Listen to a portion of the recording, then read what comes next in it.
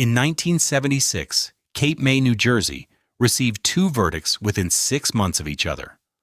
On May 11th, the federal government declared the entire town a National Historic Landmark.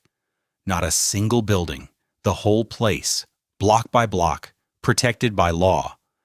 On November 2nd, voters up the same coastline legalized casino gambling in a town 40 miles north. Same state, same ocean, same year.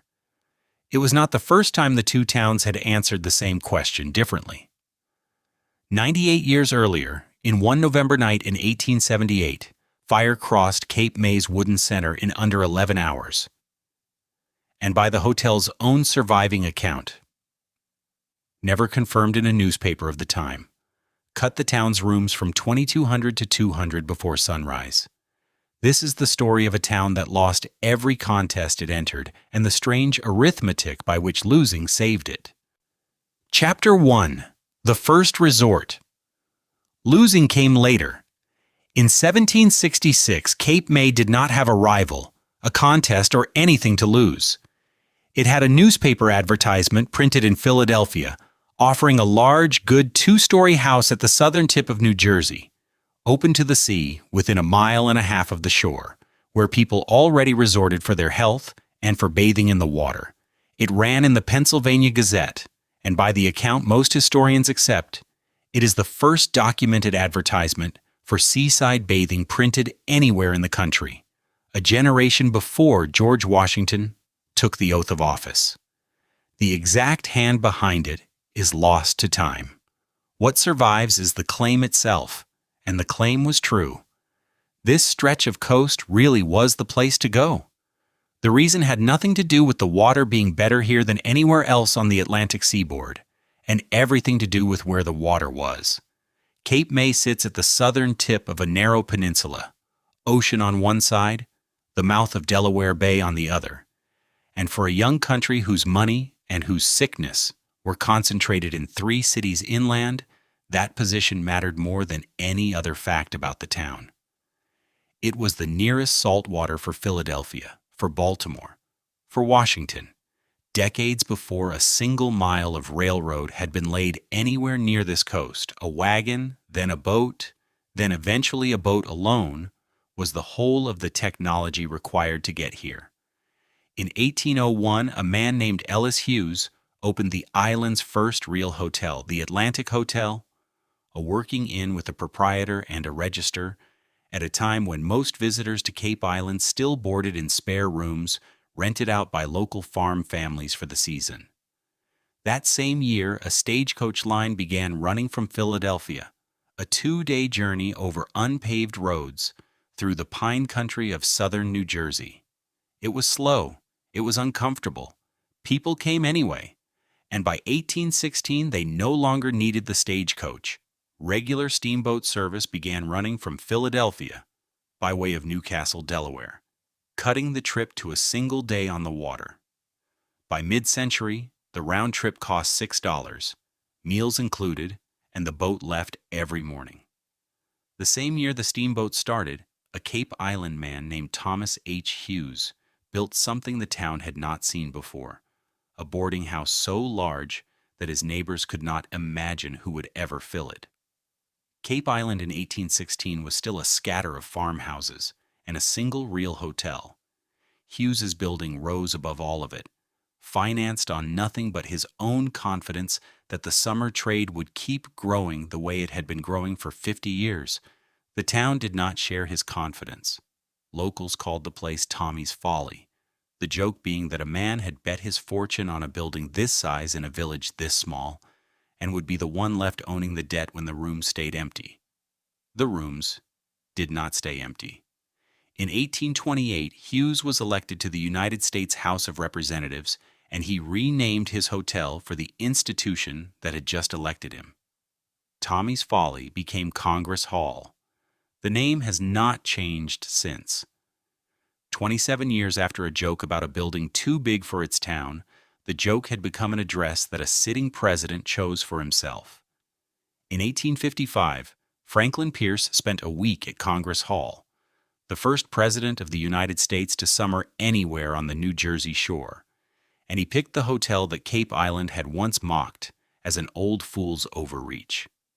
Pierce would not be the last president to sign the register there. And within a few years of his visit, Congress Hall was no longer the largest thing this town was building. Southern planter families, arriving by steamer from 100 miles down the coast for the length of a season, were about to be followed by a wave of construction the island had never attempted before. Each new hotel larger than the one before it, built by men who assumed, reasonably enough for the country's oldest resort, that after 9 decades of being first, Cape May would simply go on being first forever. Chapter 2. The Golden Age. The hotels kept getting bigger, and the guests filling them were, more than any other single group, Southern. Planter families arrived each summer for the length of the season. Some of them, by one surviving account, from as far south as Savannah, Georgia. Cape May sat below a line that mattered to these families in a way Newport and Saratoga, further up the coast, did not, and its hoteliers built around that fact without needing to advertise it directly. The wealth of the low country came north every June and went home every September, and for 3 decades, nobody putting up a new hotel here had reason to plan for a summer when it wouldn't come. That wealthy, predictable calendar built more than hotel rooms. It built Congress Hall's reputation as the resort's political address. James Buchanan signed the register there as a sitting president in 1858, 3 years after Franklin Pierce had done the same. Ulysses S. Grant would sign it too as president on July 13, 1875. The war that separated those two signatures didn't change which hotel a president chose when he came to this coast. Congress Hall's register was becoming an argument in itself, the sort hoteliers up and down the coast repeated when they needed to explain why a family should choose Cape May over anywhere else on the Atlantic seaboard. That confidence and that wealth was what convinced a group of Philadelphia investors to begin construction in 1852 on the largest hotel Cape May, or the country, had ever attempted. Being the biggest was still, on this stretch of coast, the same thing as being the best, and no one wanted to be the hotel that let a rival take that title first. They called it the Mount Vernon Hotel, and they advertised it as the largest hotel in the world. A claim whose exact size depends on which source is telling it, anywhere from 2,100 to 3,500 guests. It did not open on schedule. When the Mount Vernon finally received its first guests in 1854, both of its planned wings were still unbuilt. A hotel advertised as the biggest in the world, opening without the rooms that would have made the claim true. 1,000 guests checked in anyway, into rooms offering something no other hotel on the island had yet offered. Running water piped directly to the room, and gas lighting instead of a candle. On the night of September the 5th, 1856, the Mount Vernon burned. The fire was suspected arson from the start. A former housekeeper was named as a suspect, though she was never convicted. 6 people died, among them the hotel's manager, a man named Kane, and his 3 children. The hotel was never rebuilt. What had been advertised 2 years earlier as the largest hotel on earth was, in a single night, gone.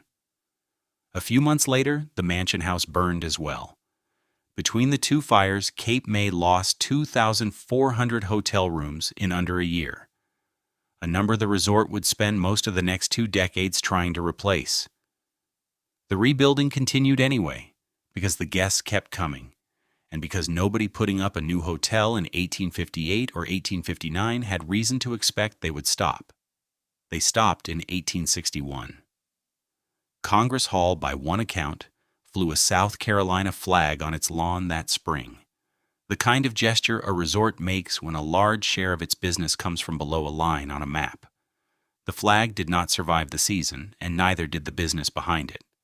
The planter families who had filled Cape May's hotels every June for 3 decades did not come back that summer. Most of them did not come back at all. Cape May spent the years that followed rebuilding what the fires and the war had both taken room by room, the way it had always built, expensively, certain that 9 decades of being first meant it would go on being first. 40 miles up the coast, on a barrier island with no docks or roads, a Philadelphia physician and an engineer were looking at the same stretch of empty sand and arriving at a different answer than Cape May had ever needed. Not a bigger hotel, but a railroad, built straight to the water before anyone else got there. Chapter 3. The 9-Year Head Start. The physician was not from Philadelphia. Jonathan Pitney had spent nearly 2 decades practicing medicine in the fishing village of Absecon, New Jersey, before deciding the coast needed a railroad laid straight from the city to the water, nothing in between to slow it down. The engineer beside him, Richard Osborne, was the Philadelphia man. He understood what a direct route was worth. On March the 19th, 1852, the two of them incorporated the Camden and Atlantic Railroad. Construction began that December. The bill came to $1,200,000, and it bought 59 8/10 miles of track across pine barrens and salt marsh that had never carried anything heavier than a farm wagon. On the 1st of July, 1854, that track reached its end at a barrier island so undeveloped that the men off the first train finished the last stretch on open sand, no road beneath their feet. 600 guests came on that inaugural run. Politicians, newspapermen, the kind of crowd a new venture invites when it wants its opening remembered. 2.5 hours. The entire distance in time between the wharves of Camden and a beach that, the week before, had belonged to nobody in particular. Within a few years, the settlement growing around that railhead would be called Atlantic City, a resort with a direct line to Philadelphia before it was much of anything else. Cape May noticed the way an old family notices new money moving in down the road, politely, without much concern. It had 90 years of history this upstart on the sand did not have, and a president's signature already in its hotel register. Its name traveled the length of the Atlantic seaboard. A railroad, in the calculation Cape May's hoteliers were making, was a convenience, not a threat. 9 decades of proof that people would come by boat or by stage simply because Cape May was worth the trouble, that not a rail timetable was what the town believed had built it, and would go on building it. The difference took 9 years to arrive, and even then, not directly. The Cape May and Millville Railroad was chartered March the 9th, 1863, and began running that August. 41 6/10 miles, routed not straight up from Camden, but out through Millville first, a detour built into the line from the day it opened. The trip that once took the better part of a day by steamboat now took about 3.5 hours by rail. It was, by any earlier measure, a triumph. It was also 9 years too late and 1 turn too many. The math that decided the next half-century did not care how many presidents had signed which hotel register.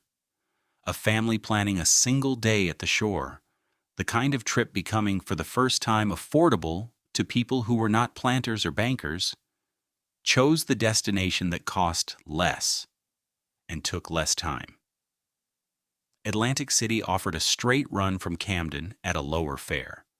Cape May offered a longer one, through Millville, priced higher, to a town that had never had to compete for a visitor and had built nothing for the trade. No pier, no boardwalk, to handle a crowd that came for an afternoon instead of a season. Atlantic City grew the way a place grows when the arithmetic sits entirely on its side. 250 people lived there in 1854, the year the first train came in.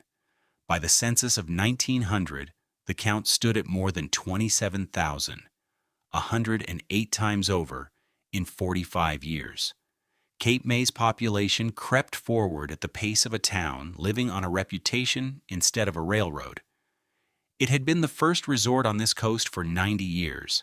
By 1900, the census no longer had a reason to call it that. Cape May still held one advantage no railroad timetable could touch: The hotels themselves, the porches, the register full of famous names, the sense, however faded, of a place that mattered because it always had. It was a considerable inheritance. Every piece of it, porches included, was built of wood that had been standing on this coast, salted and dried by the same wind off the Atlantic for the better part of a century. Chapter 4. The Night of November 9th.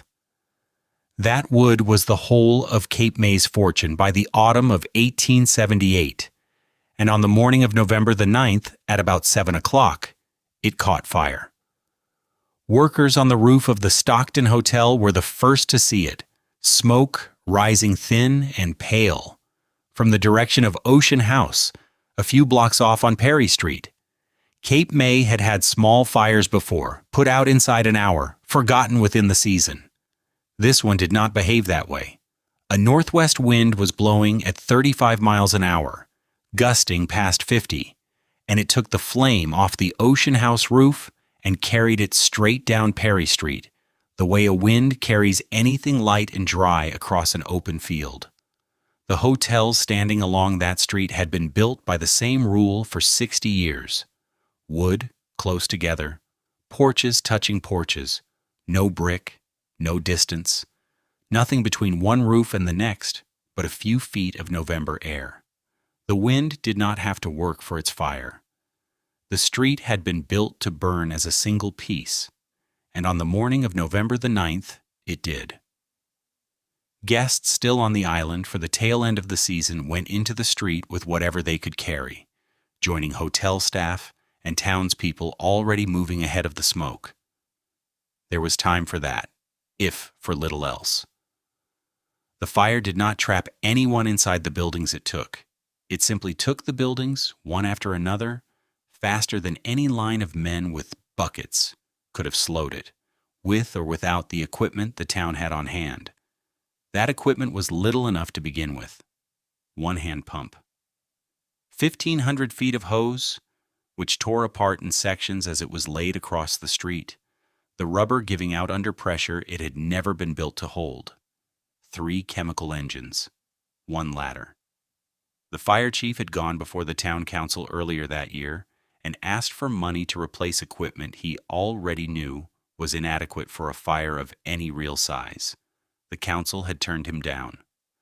What Cape May had instead, on the morning of November the 9th, was a hose that failed and a pump built for a fire a tenth the size of the one now moving down Perry Street with the wind behind it.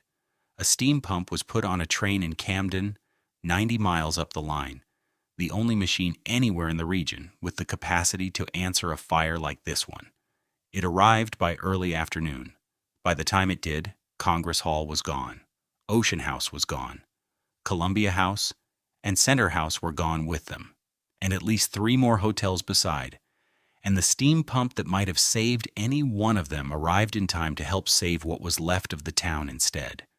The fire burned for roughly 11 hours before it was finally contained, and when it was done, it had taken something close to 40 acres at the center of the resort. The same acres that had held for 60 years every hotel that had ever made Cape May's reputation.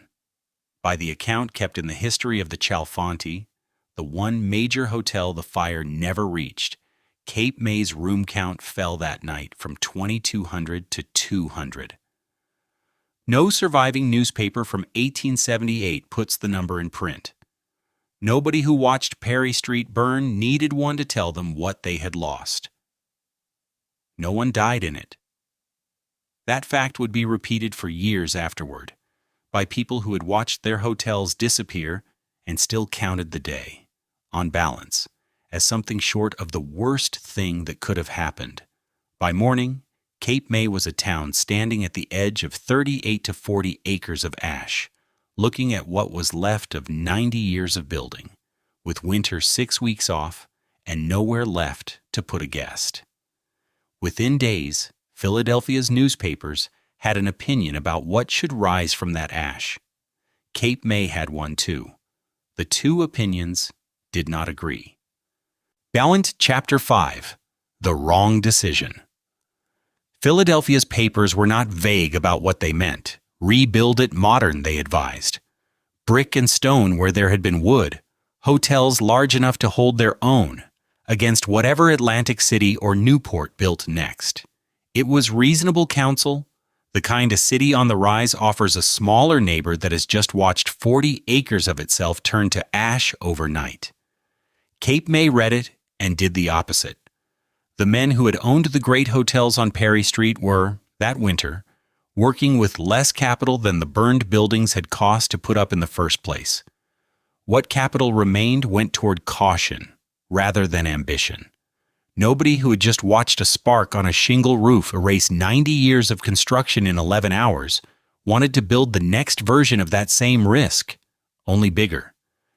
And the guests still coming to Cape May were families who had summered here for 2 and 3 generations, whose loyalty ran to the town itself rather than to whichever hotel offered the newest gaslight fixture. What they wanted rebuilt was not grandeur. It was familiarity, sized to what a family could afford to insure twice.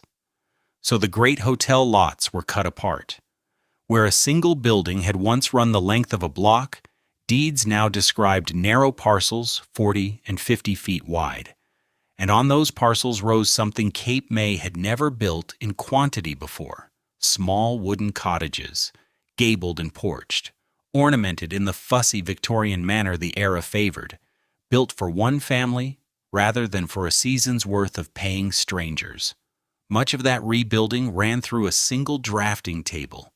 Stephen Decatur Button, a Philadelphia-trained architect already at work on the island before the fire, spent the years after 1878 as the town's de facto rebuilder. Hotels reconstructed in brick where brick could be afforded, private cottages turned out by the dozen where it could not. He built for the money the town actually had, not the money Philadelphia's editorial writers assumed it still had. Congress Hall was the clearest evidence of the choice. It reopened in brick 90 days after the fire, proof, the owners advertised, that the new building would not burn the way the old one had. It was also half the size of the hotel it replaced. Half the rooms, half the footprint, a fraction of what had stood on that corner in October. Speed had been bought with scale. The town had chosen fireproof and small over grand and slow, and nobody rebuilding through the winter of 1879 seemed to think there was another option worth arguing for. Not every commission that year followed the rule. In 1879, the same year Congress Hall reopened at half its former footprint, the Philadelphia architect Frank Furness designed a mansion on Washington Street for a young doctor named Emlyn Physick, his widowed mother, and an unmarried aunt. An 18-room house of deliberately strange proportions, chimneys turned upside down, gables cut at odd angles, nothing about it modest or cautious. It stood alone against everything rising around it that year. A town that could not afford to rebuild its future had, without quite meaning to, bought itself something closer to eternity. Cape May tried to close the gap exactly once more. In 1904, Pittsburgh industrialists organized the Cape May Real Estate Company around a plan closer to Philadelphia's old advice than anything built since the fire: 3,600 to 4,000 acres modeled on Newport, Rhode Island, anchored by a grand hotel. Cape May meant to compete with anything on the coast. The hotel opened in 1908 and closed within 6 months, not long after the company's president, Peter Shields, resigned and took the venture's momentum with him. Of the 700 building lots platted for Newport-style villas, fewer than 100 ever sold. Nelson Graves bought the wreckage in 1910 and tried again, building an amusement park beside the failing hotel. He was bankrupt by 1914. The hotel itself passed through 5 separate bankruptcies before the century was out, never again drawing the crowd its Newport model had promised. Grandeur, Cape May had now proven twice, was not a thing this town could hold on to even when it tried. After 1914, it stopped trying. What came next was not another attempt. It was a long, quiet settling in. A town that had run out of reasons to compete and was beginning, without much notice from anyone, to fall asleep. Chapter 6. The Long Sleep. The sleep did not happen by accident. In 1897, the state of New Jersey outlawed gambling, and Cape May, which had never built its trade on games of chance, the way some resorts along this coast had, simply let the ruling stand. 2 years later, in 1899, the town lost its license to sell liquor as well, and this time the choice sat closer to home. A resort built on 3 generations of family loyalty saw little worth defending in the saloon trade. Between the 2 rulings, whatever loud amusement Cape May still had left went dark inside of 24 months. Nobody organized a protest. There was nothing left to protest for. 40 miles up the coast, in those same years, a rival resort was building its entire identity on exactly what Cape May had just switched off. Gambling and liquor were not vices Atlantic City merely tolerated. They were becoming the whole of its business, tacitly permitted, openly advertised in everything but name. Cape May, meanwhile, settled into what the historians who have studied it since call, without much elaboration, a period of insignificance.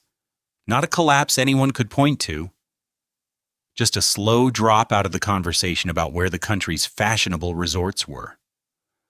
What Cape May had left, by every account from the period, was a reputation as the quiet, family resort on this stretch of coast, the kind of place people returned to out of habit rather than discovery.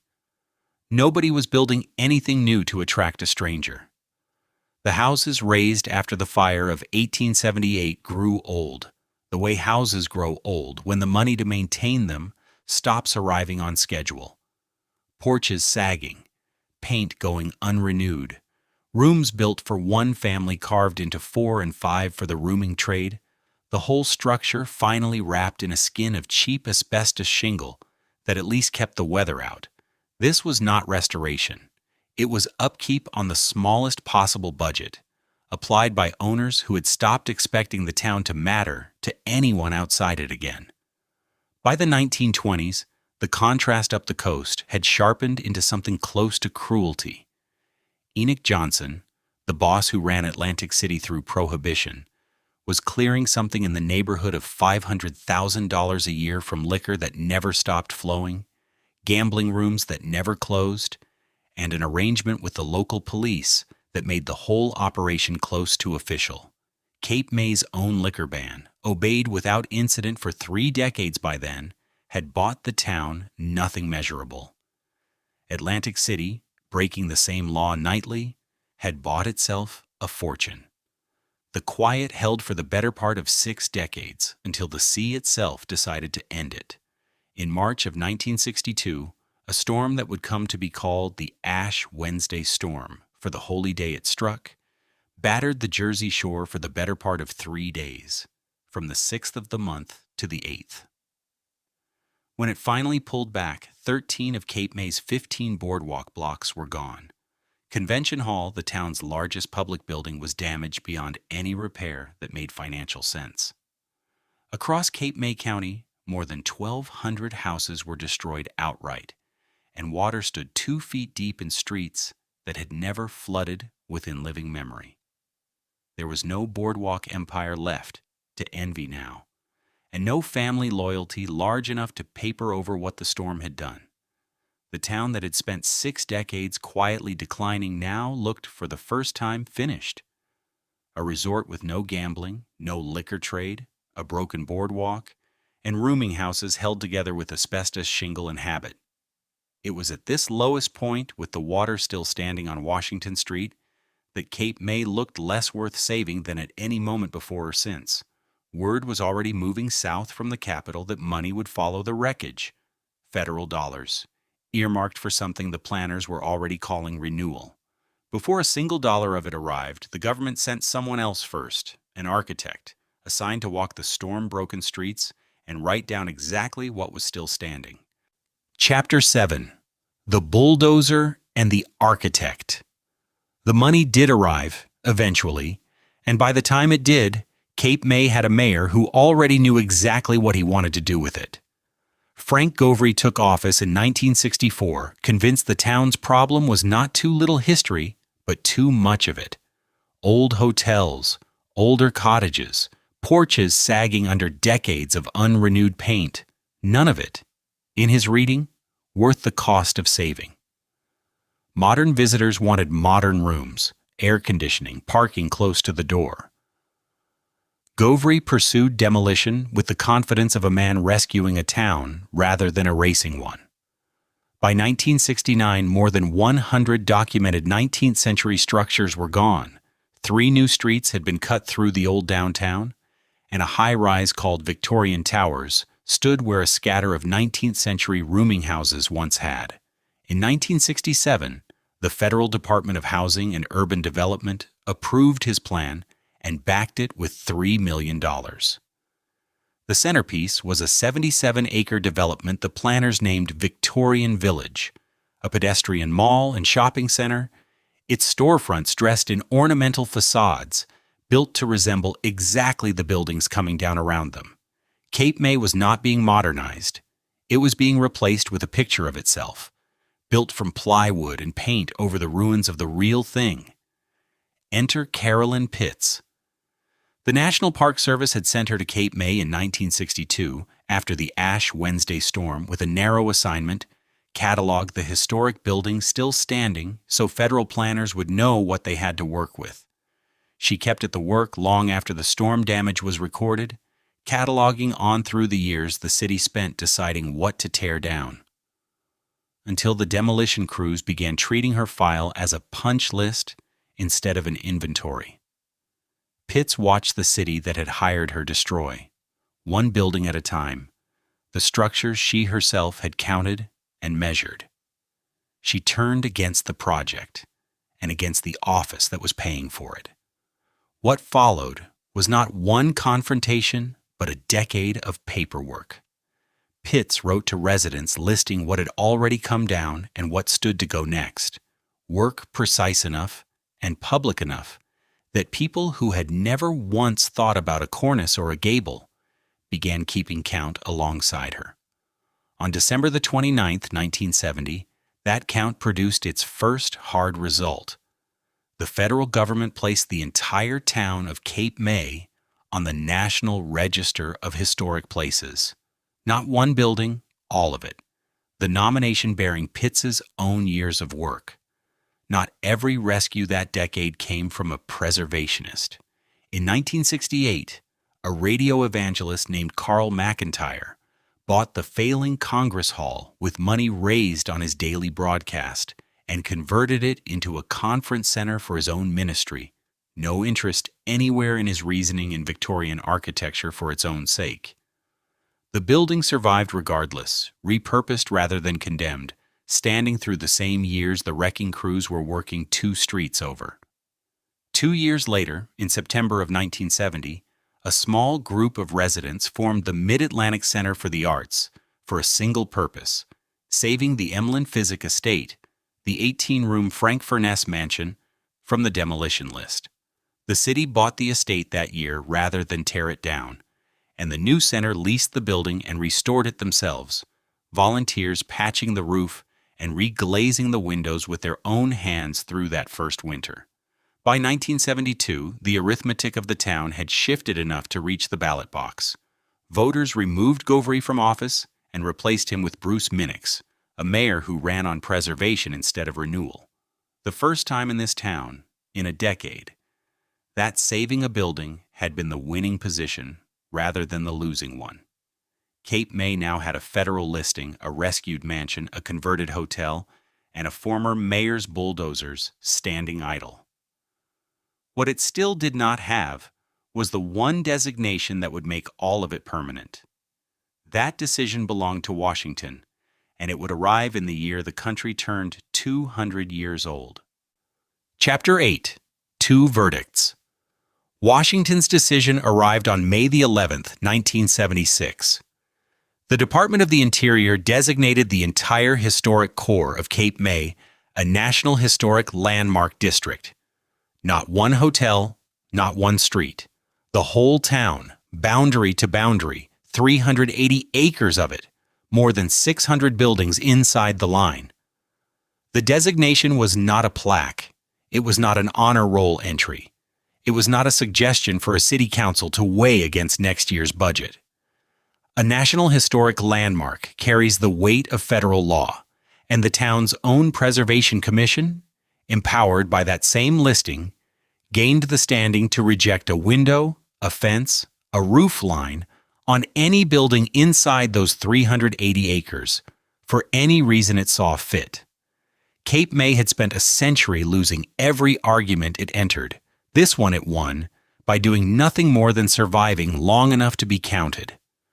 6 months later, on November the 2nd, 1976, the same state voted to give Atlantic City's future to a single industry. 56% of New Jersey said yes to casino gambling, on the condition that it stayed 40 miles north inside the boardwalk's own limits. Governor Brendan Byrne signed the Casino Control Act the following June, under Lagetzentren and Kreinarunchent on the boardwalk itself. Resorts International opened the state's first casino floor in May of 1978. The bicentennial year had asked the same coastline the same question twice, 6 months apart, and had gotten 2 answers that could not have run further from each other. The mirror had already started turning before either vote was cast. In 1972, Atlantic City brought down the Traymore, once the grandest hotel on its skyline, in a controlled demolition that set a world record for its size. In the autumn of 1978, months after the casino vote, the Marlboro Blenheim came down for the lot a new casino would rise on. In 2021, Trump Plaza went the same way, 34 floors folding into their own footprint in under 20 seconds.